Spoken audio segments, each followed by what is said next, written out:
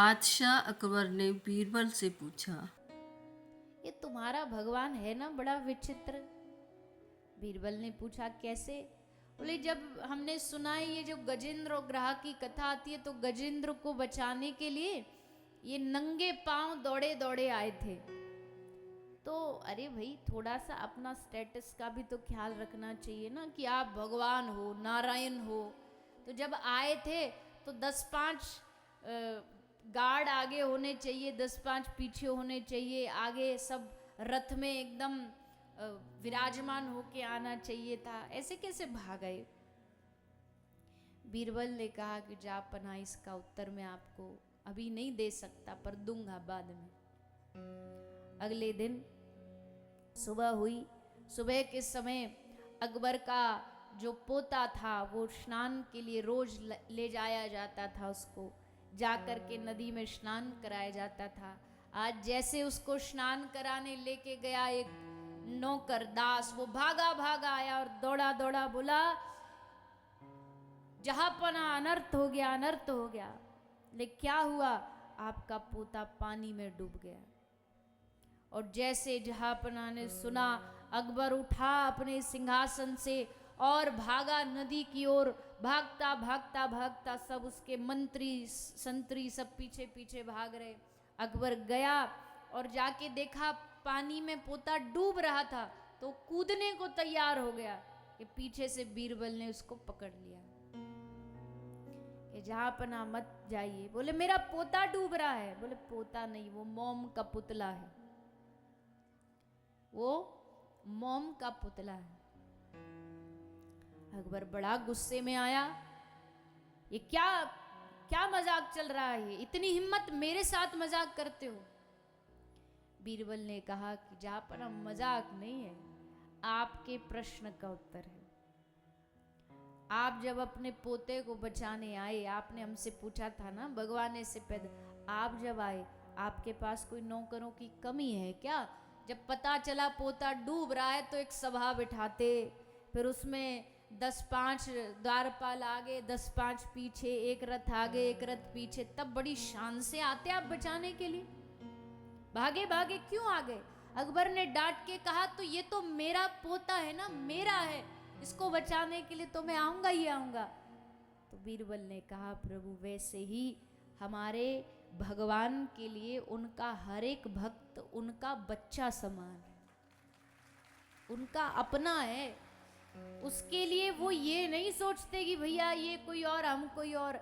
जैसे एक व्यक्ति अपने बच्चे को बचाने के लिए भागेगा, आप भागे, वैसे ही हमारे प्रभु भी बिना कुछ आगे पीछे देखे बस दौड़ पड़ते हैं। बस शर्त एक है कि कोई पुकारे उनको, कोई बुलाए उनको।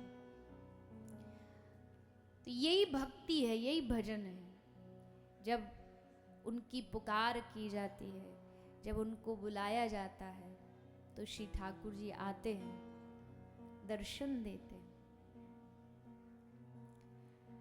भजन का मतलब बस इतना ही है कि हर समय हर पल उनका स्मरण रहे, उनकी याद रहे। उनकी याद रखना ही भजन है। और जब उनकी याद, उनका स्मरण कोई करता है तो उसकी नैया पार तो अपने आप ठाकुर जी उतारते हैं, श्री राधा रानी उतारती हैं। इसलिए निवेदन करें, उनसे निवेदन करें श्री राधा रानी से कि चाहे भले हैं चाहे बुरे हैं पर है आपके, और जैसे भी इस टूटी फूटी नाव को पार भी उतारना आपको ही पड़ेगा। सहज स्वभाव पर्यो नवल किशोरी जू को, मृदुता दयालुता कृपालुता की राशि है।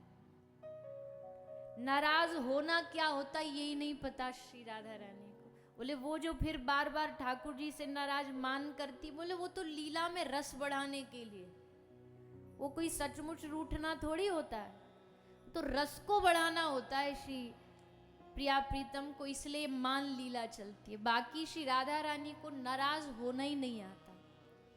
ये कोई हमारी संसार की देवियों जैसी नहीं है, माफ करना कोई इस बात को गलत ले तो, पर होता है देवी रुष्ट हो जाती है कई बार, पर हमारी लाडली जी रूठने वालियों में से नहीं है। हमारी स्वामिनी जी रूठेंगी तो फिर हम कहाँ जाएंगे, हमारी लाडली जी नाराज होंगी तो कहाँ जाएंगे। वो तो कृपालुता की राशि है। देखो, आग का गुण है गर्माहट छोड़ना। अब तुम आग को लाख कहो, लाख कोसो, लाख गाली दो, और आग को कहो नहीं नहीं नहीं तुमको तो ठंडक देनी पड़ेगी, तो दे ही नहीं सकती, क्योंकि उसका गुण ही है, आग का गुण है गर्माहट देना। वैसे हमारी श्री जी कौन है? कृपा की मूर्ति है। अब कृपा की मूर्ति से आप लाख कहो कि आप अकृपा कर दो या रूठ जाओ या नाराज हो जाओ, वो कर ही नहीं सकती, क्योंकि उनका स्वभाव ही नहीं है, उनका स्वभाव ही कृपा करना है। इसीलिए, और ये बात हम अपनी मर्जी से कह नहीं रहे, जब भी श्री जी से प्रार्थना करो तो यही कहो, हमने तो आपके संतों के मुख से ऐसा सुना है कि आप मृदुता, दयालुता, कृपालुता की राशि है। तो उनकी वाणी पर तो स्वयं श्री जी की छाप होती है ना, हस्ताक्षर होते, सिग्नेचर होते।